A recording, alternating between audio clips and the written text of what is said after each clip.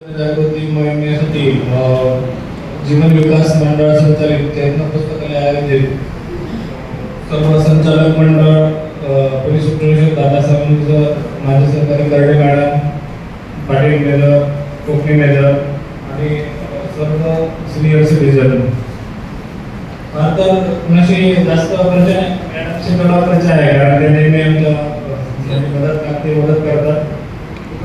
Cyber आजच्या cyber जगण्याबद्दल का महत्त्वाचे आहे तर सायबर फ्रॉड हा दोन प्रकारेच होतो. म्हणजे प्रकार जसे बरोबर आहे एक तर धमकी देऊन होतो किंवा काहीतरी लालच देऊन होतो.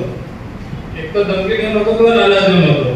तर काय लालच देतात की तुमच्या क्रेडिट कार्डचं व्हॅल्यू काढून देतो किंवा मग डिजिटल अरेस्ट त्या प्रकारासारखं धमकी देऊन माणसांना हे केलं जातं, फसवलं जातं.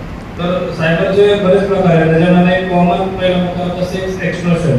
त्याच्यामध्ये काय करायचे की पहिलं महिला कुठेतरी येणार, पहिले फेसबुकवर मेसेज करणार, मोबाईल नंबर मागणार, त्यानंतर मोबाईल नंबर मागून व्हॉट्सअपला चॅटिंग वगैरे होणार. चॅटिंग केल्यानंतर मेकरी करणार, मग माणूस टाइमपास करत बसलेला असतो, मोबाईल काहीतरी मेसेज करत राहतो. त्यानंतर थोड्या दिवसांनी ती व्हिडिओ कॉल करणार. मग व्हिडिओ कॉल केल्यानंतर काय होतं की ती वेगवेगळे तयार करायला सांगणार, कपडे वगैरे हे ते करा. मग त्याची व्हिडिओ रेकॉर्डिंग करणार. व्हिडिओ रेकॉर्डिंग करून नंतर लगेच पैशाची मागणी करणार की आता एवढे पैसे दिले तर मी युट्यूबला अपलोड करेल, इकडे करेल. अशा वेगवेगळ्या प्रकारे ते फसवतात. त्यानंतर दुसरा एक प्रकार होता की टेक्स्ट मेसेज. आपल्याला बँकेमधून पैसे आले की टेक्स्ट मेसेज येतो, तसं एक फ्रॉड टेक्स्ट मेसेज पाठवतात. ते आपण बघत नाही की आपल्या अकाउंटमध्ये पैसे आले की नाही आले. सरळ मेसेज डिलीट करून पाठवतात टेक्स्ट मेसेज आणि सांगतात की माझ्या एवढी आजारी आहे, हॉस्पिटलला आहे, मला अर्जंट पैशाची गरज आहे, माझं कुठला तरी एखादा डिजिट चुकला आहे आणि ते पैसे तुम्हाला गेले. मग आपण आपल्या कामामध्ये असतो, आपण पाहत बसत नाही की काय केलं काय नाही. डायरेक्ट पैसे पाठवून देतात तर आपण त्यांना ते रिसेट करून देतो पैसे. त्यानंतर दुसरा प्रकार आहे लाईट बिल वगैरे, लाईट बिल बरोबर त्यामध्ये पण लाईट बिल भरा, मग आम्ही संपर्क करा. अशा प्रकारे वेगवेगळ्या प्रकारे फ्रॉड होतात. तर सायबर जनजागृती का गरजेची आहे त्याच्यामध्ये सायबरमध्ये जेवढे प्रकार होतात ना आपल्याकडे ऑलमोस्ट प्रकारामध्ये 98% प्रकार हे फक्त धमकी देऊन होतात, नाहीतर काहीतरी लालच देऊन होतात. मग काय करतो आपण, जे 2% प्रकार होतात ते फक्त चुकीचे असतात की स्वतः पैसे पाठवलेले नसतात किंवा स्वतः काही केलेले नसतात. आता सर्वात जास्त आजकाल प्रकार टेलिग्रामवर होतात. तर आपण काय करतो टेलिग्रामवर, फेसबुकवर सगळीकडे आयडी ओपन असते, प्रोफाईल ओपन असते, आपण ब्लॉक ठेवत नाही आणि पूर्ण डाटा संकलित करतात. ज्या व्यक्तीला कॉल करायचे ना त्या व्यक्तीचा पूर्ण डाटा संकलित करून कॉल करतात त्यांना. त्यामुळे आपल्याला लक्षात येत नाही. त्याच्यामुळे जनजागृती एवढी गरजेची आहे की जे 98% लोक आहेत हे स्वतःहूनच पैसे पाठवतात फ्रॉडरला. असं कधीच होत नाही की तुमचा ओटीपी प्रकार फार कमी प्रकार झाले, आता नवीन नवीन प्रकार येतात. आता एक आपल्याकडे असा एक प्रकार झाला की एअरटेलला रिचार्ज केलं सिमला आणि ते रिचार्ज चुकून दुसऱ्या नंबरला गेलं. मग आता दुसऱ्या नंबरला गेल्यानंतर आपण त्याला थोड्या वेळाने फोन येतोय 15-20 मिनिटांमध्ये की तुझं रिचार्ज चुकीचं गेलं. हां गेले चुकीचं. मग गेले तर काय करायचं, मग मी सांगतो तसं कर. जसं त्याने केलं तसं थर्ड पार्टी ऍड झाली. मग आपण पाहत बसत नाही, वाचत बसत नाही, कारण ते घाई एवढे करतात. मी जसं सांगा तसं कर, त्याप्रमाणे ते सांगतात आणि आपण करत राहतो. त्याने 1 लाख रुपये त्याच्याकडे झाले. याच्यासाठी सायबर जनजागृती फार महत्त्वाची आहे की जे 98% प्रकार आहेत ते थांबतील त्याच्यासाठी. आणि आपण असं म्हणतो की जे अनपढ आहेत म्हणजे जास्त सुशिक्षित आहेत वगैरे त्यांचे प्रकार होत नाही, जे सुशिक्षित आहेत त्यांचेच प्रकार होतात. आता खास करून आजकाल डिजिटल अरेस्टचा प्रकार आला आहे. आता डिजिटल अरेस्ट म्हणजे काय, डिजिटल अरेस्ट हा प्रकार कुठल्याच कायद्यात नाही. डिजिटल अरेस्ट नावाचा प्रकारच नाही. माणसाला सर्वात जास्त भीती कशाची असते, आपण म्हणतो सर्वात जास्त भीती मनाची असते. तर जी मनाची भीती ही सगळ्यात मोठी भीती. डिजिटल अरेस्ट म्हणजे काय, ते काय करतात फ्रॉडर, सुरुवातीला कॉल येणार नॉर्मल कॉल, फक्त एकदाच नॉर्मल कॉल येईल किंवा येणार पण नाही, व्हॉट्सअपला देईल कॅमेरा CCTV वरून बोलतोय किंवा CCTV बोलतोय आणि तुमचा असं आधार कार्ड नंबर आहे. आता ओपन सोर्समध्ये आपण काय करतो, हे आधार कार्ड पॅन कार्ड का जातात, कुठल्या तरी आपण साईटवरून लोन घेतो, कुठेतरी शॉपिंग करतो, मग ते मोबाईल नंबर जातात. हे प्रॉडक्ट सगळं डिटेल्स घेतात आणि तो डेटा तयार होतो. त्याच्यामधून आपल्याला सांगतात, आपलं नाव सांगितलं, आधार नंबर सांगितला, अकाउंट नंबर सांगितला की आपल्याला विश्वास होतो, हा बरोबर आहे हेच आहे. मग ते फोन करतात की तुमचं असं असं मनी लॉन्ड्रिंग केस अशी आहे, कुठली तर प्रतिष्ठित केसचं नाव येतात आणि ह्या केसमध्ये तुमच्या नावाचं अकाउंट यूज झालंय, त्याच्यामुळे मग तुमच्या अकाउंटमध्ये जेवढे पैसे सगळं व्हेरिफिकेशन करायचं आहे. आता व्हेरिफिकेशन करायला काही गरज आहे पोलिसांना. आता आम्ही जर एक पत्र दिलं बँकेला तर एका मिनिटात अकाउंट ब्लॉक होऊन जाते, तर त्यांना काय गरज आहे स्वतः पैसे रिफंड करण्याची, तुम्ही पाठवा. आणि ज्या अकाउंट मध्ये पाठवा ते सगळे प्रायव्हेट लोकांचे अकाउंट आहेत, कुठलं ना आरबीआय असतं ना कुठलं असतं ना काय असतं, काही नसतंय.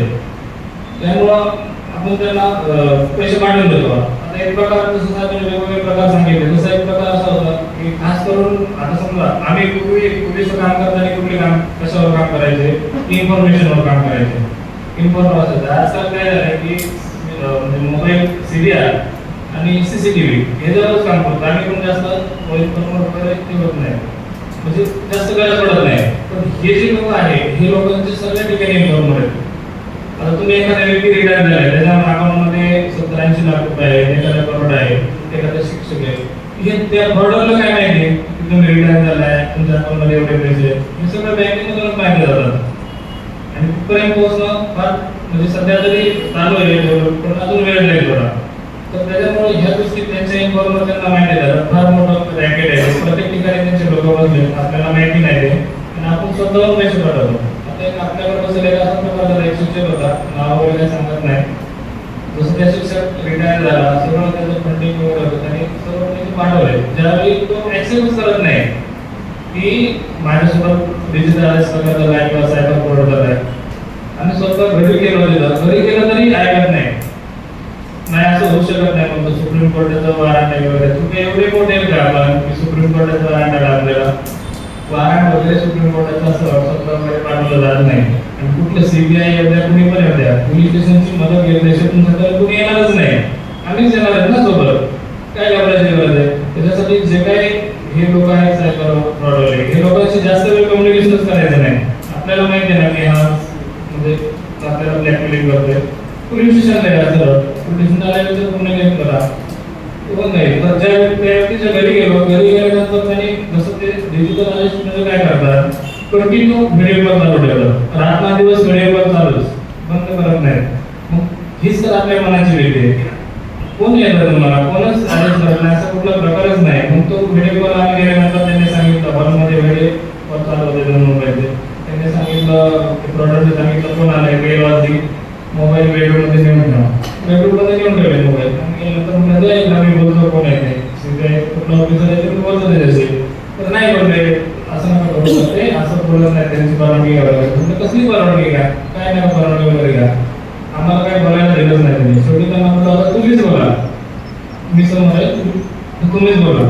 तर त्यांनी मोबाईल आणले, आणल्यानंतर त्याच्याशी बोलल्यानंतर बोललं द्या मला, मी बोलतो गेले त्याला, म्हणजे त्यांना विचारलं की हे गेले का, हा नाही गेले, झाले ते गेले. म्हणजे आता पूर्ण रूममध्ये कॅमेरा फिरवा मोबाईलचा. तर त्यावेळेस मी मोबाईल घेतला आणि त्यांना उलट बोललो. त्यावेळी त्यांच्या लक्षात आले की हा माझ्यासोबत सायबर फ्रॉड घडला. आता लोकांना ऍक्सेप्टच करत नाहीत, कारण एवढे त्याच्यामध्ये गुंतून जातात की ते जे बोलतात तेच खरं आहे. असं कुठलंही तुमच्या प्रॉपर्टीचं व्हेरिफिकेशन वगैरे करायची काही गरज नाही, काही होत नाही असं व्हेरिफिकेशन वगैरे. आता सेक्स एक्सटॉर्शनचा जुना प्रकार आहे, त्या प्रकारामध्ये काय करतात लोक, पोलीस स्टेशनला पण येतात. आता एकदम प्रतिष्ठित व्यक्ती असतात किंवा वयस्कर व्यक्ती असतात आणि ते सेक्स एक्सटॉर्शन मध्ये व्हिडिओ कॉलवर व्हिडिओ रेकॉर्ड झालेला असतो आणि तो व्हिडिओ रेकॉर्ड कुठेतरी युट्यूबला सोशल मीडियावर शेअर केला जाईल, आपली बदनामी होईल अशी त्यांना भीती असते. आणि मग ते पोलिसांना आम्ही सांगतो की आता कुठलेही पैसे पाठवू नको, असं काही प्रकार होणार नाही, कुठं त्याला पाठवायचं तिथं पाठवू द्या. आणि जरी कुठं सोशल मीडियावर व्हिडिओ वगैरे अपलोड झाले तरी ते आपल्याला काढून पण टाकता येतात. पण लोक घाबरतात, पोलीस स्टेशन येऊन पण नंतर पैसे पाठवतात, पोलीस स्टेशनहून घरी गेल्यानंतर, म्हणजे एवढ्या घाबरतात.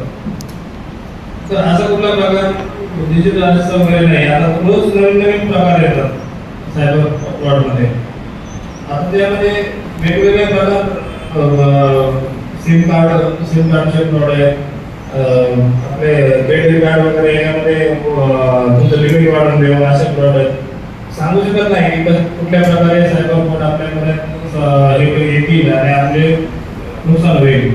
तर तुम्ही फारच छान आयोजन केलेलं आहे, कारण खरंच काळाची गरज आहे की आजकाल आपण टीव्ही, मोबाईल टीव्ही पण अँड्रॉइड टीव्ही वगैरे आहेत, त्याच्यामध्ये लॅपटॉप कॉम्प्युटर सगळीकडे आपण इंटरनेटचा यूज करतो.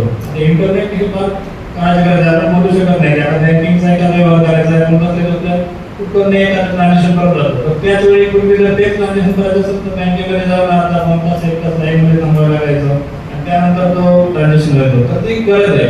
एखादं शॉपिंग करायचं तर बसल्या आपण शॉपिंग करतो आणि लगेच आपलं शॉपिंग होऊन जातं. तर ती आज गरज आहे, ती नाकारू शकत नाही. आणि याच्यासाठी आपण काय जागरूक असलं पाहिजे की आपल्या सोबत आपलाही मित्रपरिवार सर्व जसं आपण सांगितलं की बाबा हा जर झालंच तर काय करायचं, सायबर फ्रॉड जर झालाच आपल्यासोबत तर आपण सगळ्यात पहिलं फोन लावायचा. फोन लागतच नाही आणि खास करून शनिवार किंवा रविवारीच ते फ्रॉड जास्त कॉल वगैरे करतात, कारण त्या दिवशी सगळे बँका वगैरे सगळं सुट्ट्यावर असतात किंवा बंद असतात.